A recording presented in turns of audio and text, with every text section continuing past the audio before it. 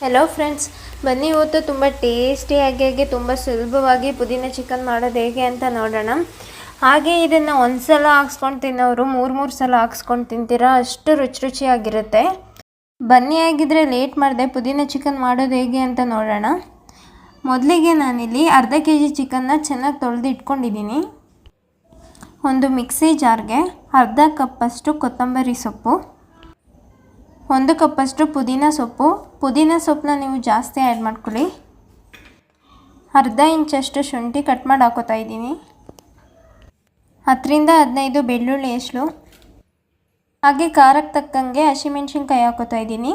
ನಾನಿಲ್ಲಿ ಗ್ರೀನ್ ಪುದೀನ ಚಿಕನ್ ಮಾಡ್ತಾಯಿದ್ದೀನಿ. ನೀವೇನಾದರೂ ಅಚ್ಚ ಖಾರದ ಪುಡಿ ಯೂಸ್ ಮಾಡಿನೂ ಮಾಡ್ಕೋಬೋದು. ಅರ್ಧ ಸ್ಪೂನಷ್ಟು ಅರಿಶಿನ ಪುಡಿ, ಸ್ವಲ್ಪ ನೀರು ಹಾಕ್ಕೊಂಡು ಇದನ್ನೆಲ್ಲ ಫೈನಾಗಿ ಪೇಸ್ಟ್ ಬರ್ತಾಯಿದ್ದೀನಿ. ತರ್ತರಿಯಾಗಿ ರುಬ್ಕೋಬೇಡಿ, ಇದೆಲ್ಲ ಫೈನಾಗಿ ಪೇಸ್ಟ್ ಮಾಡ್ಕೊಳ್ಳಿ. ರುಬ್ಕೊಂಡಿರೋ ಮಸಾಲೆನೆಲ್ಲ ನಾನೀಗ ಚಿಕನ್ ಒಳಗಡೆ ಸೇರಿಸ್ಕೊತಾ ಇದ್ದೀನಿ. ಬನ್ನಿ ಇದಕ್ಕೇನೆ ನಾವೀಗ ಸ್ವಲ್ಪ ಮಸಾಲ ಪದಾರ್ಥ ಆ್ಯಡ್ ಮಾಡ್ಕೊಳ್ಳೋಣ. 1.5 ಸ್ಪೂನಷ್ಟು ಧನಿಯಾ ಪೌಡರ್, ಹಾಗೆ 1 ಸ್ಪೂನಷ್ಟು ಗರಂ ಮಸಾಲ ಪೌಡರ್ನ ಸೇರಿಸ್ಕೊಂಡು ಇಲ್ಲಿ ನಾನು ಅರ್ಧ ಕಪ್ಪಷ್ಟು ಮೊಸರನ್ನ ಆ್ಯಡ್ ಮಾಡ್ಕೋತಾ ಇದ್ದೀನಿ. ಮೊಸರು ಹಾಕೋದ್ರಿಂದ ಚಿಕನ್ ಕಲರ್ ಬರುತ್ತೆ, ಹಾಗೆ ಚಿಕನ್ ಜ್ಯೂಸಿಯಾಗಿರುತ್ತೆ. ರುಚಿಗೆ ತಕ್ಕಷ್ಟು ಉಪ್ಪನ್ನ ಆ್ಯಡ್ ಮಾಡಿಕೊಂಡು ಇದನ್ನೆಲ್ಲ ಚೆನ್ನಾಗಿ ಮಿಕ್ಸ್ ಮಾಡ್ಕೋತಾ ಇದ್ದೀನಿ.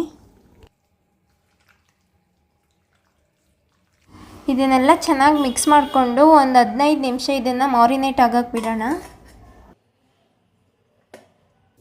15 ನಿಮಿಷ ಆದಮೇಲೆ ಸ್ಟವ್ ಮೇಲೆ ಒಂದು ಪ್ಯಾನ್ನ ಇಟ್ಕೊಂಡು ಪ್ಯಾನ್ ಬಿಸಿ ಆದಾಗ 2 ಸ್ಪೂನಷ್ಟು ಆಯಿಲ್ನ ಹಾಕೋತಾ ಇದ್ದೀನಿ. ಆಯಿಲ್ ಜಾಸ್ತಿ ಸೇರಿಸ್ಕೋಬೇಡಿ, ಚಿಕನ್ನೇ ಎಣ್ಣೆ ಬಿಡುತ್ತೆ. ಅರ್ಧ ಕಟ್ ಮಾಡಿ ಇಟ್ಕೊಂಡಿರೋಂತಹ ಈರುಳ್ಳಿನ ಸೇರಿಸ್ಕೊಂಡು 1 ನಿಮಿಷ ಹಾಗೆ ಫ್ರೈ ಮಾಡ್ಕೋತಾ ಇದ್ದೀನಿ.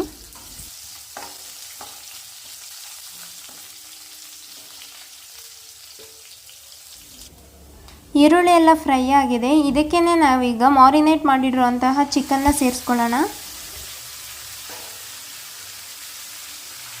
ಚಿಕನ್ ಎಲ್ಲ ಚೆನ್ನಾಗಿ ಮಿಕ್ಸ್ ಮಾಡ್ಕೊಳ್ಳಿ ಎಣ್ಣೆಯಲ್ಲಿ.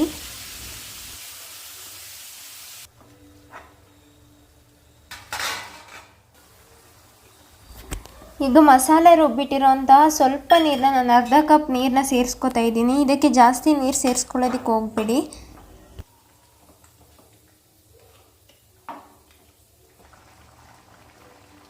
ಈಗ ಚಿಕನ್ನೆಲ್ಲ ಒಂದು 15 ನಿಮಿಷ ಹಾಗೆ ಬೇಯೋದಕ್ಕೆ ಬಿಡೋಣ.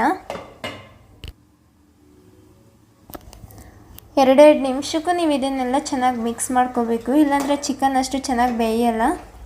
ಒಂದು ಸೈಡ್ ಬೇಯುತ್ತೆ, ಒಂದು ಸೈಡ್ ಬೇಯಲ್ಲ.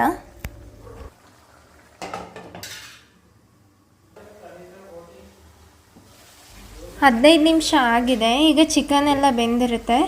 ಲಾಸ್ಟಲ್ಲಿ ನೀವು ಕೊತ್ತಂಬರಿ ಸೊಪ್ಪನ್ನ ಹಾಕ್ಕೊಂಡು ಫ್ಲೇಮ್ನ ಆಫ್ ಮಾಡ್ಕೋಬೋದು.